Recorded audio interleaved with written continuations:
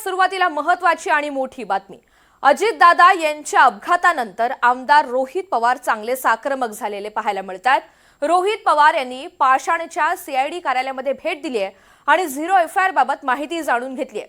त्यावेळी बोलत असताना त्यांनी गंभीर आरोप करत काही सवाल उपस्थित केले।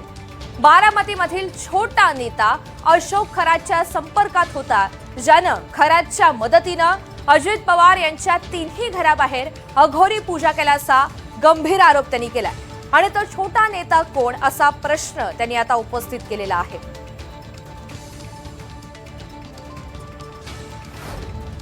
दाखवतो हा आहे अजितदादांचं काटेवाडीचं घर।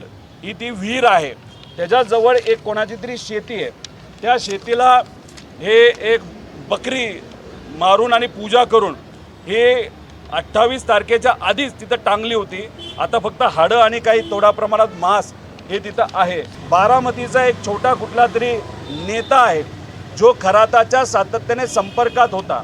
म्हणजे एक काटेवाडीचं घर, बारामतीचं घर आणि देवगिरी बंगला, या तिन्ही घराच्या बाहेर अशा प्रकारच्या पूजा का झाल्या, हे सगळं जे आहे याच्यात पण इन्व्हेस्टिगेशन सीआयडीने करावं।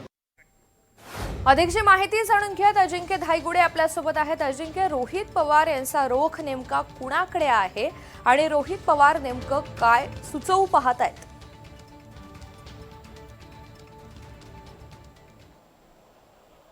अगदी बरोबर आहे। खरं तर खळबळ माजवणारी ही बातमी माहिती जी आहे ती रोहित पवारांनी सध्या माध्यमांना दिलेली आहे। काही वेळापूर्वी रोहित पवार उपमुख्यमंत्री अजित पवार यांच्या निधनाची बातमी माहिती घेण्यासाठी सीआयडीच्या कार्यालयात आले होते, मात्र कोणतेही अधिकारी त्यांना या भेटीमध्ये अधिकाऱ्यांची भेट झालेली नाही आहे। त्यानंतर माध्यमांशी संवाद साधताना आपल्याला माहीत आहे की उपमुख्यमंत्री अजित पवारांचं जे बारामतीतील काटेवाडीतील घर आहे किंवा सहयोग सोसायटी आहे किंवा मुंबईमधील जे घर आहे, या घराबाहेर अघोरी पूजेचं साहित्य सापडून आलं होतं आणि आत्ता काही दिवसांपूर्वी अमोल मिटकरींनी एक ट्विट केलं होतं आणि अजितदादांचं जे काटेवाडीतील जे घर आहे या घराच्या जवळच एका बांधावर उलटं टांगलेलं बोकडाचे फोटो ट्विट केले होते। खरं तर हे नेमकं कुणाच्या मार्फत केलं गेलेलं आहे असा प्रश्न उपस्थित झाला होता आणि आता रोहित पवारांनी खळबळजनक दावा केलेला आहे की बारामतीमधील एक छोटा नेता आहे आणि तो अजित पवारांच्या पक्षाचाच तो नेता आहे।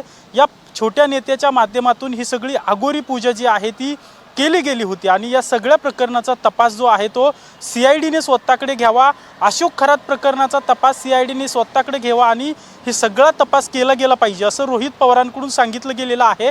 खरं तर हा अघोरी ही पूजा झालेली आहे, ही उपमुख्यमंत्री अजित पवार यांचा विमान अपघात झालेला आहे त्यापूर्वी ही सगळी पूजा केली गेलेली आहे आणि यामध्ये बारामतीतील एक छोटा नेता सहभागी आहे आणि तो मोठ्या नेत्यांच्या देखील संपर्कात असल्याचं रोहित पवार यांनी सांगितलेलं आहे। आणि अशोक खरात आणि हा बारामतीतील जो छोटा नेता आहे तो सातत्याने एकमेकांच्या संपर्कात होते।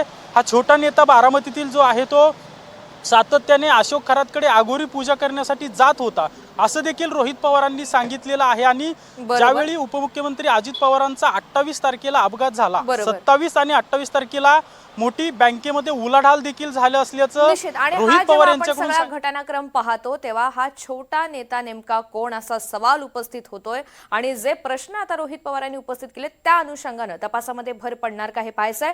अजिंक्य, धन्यवाद सविस्तर माहितीसाठी।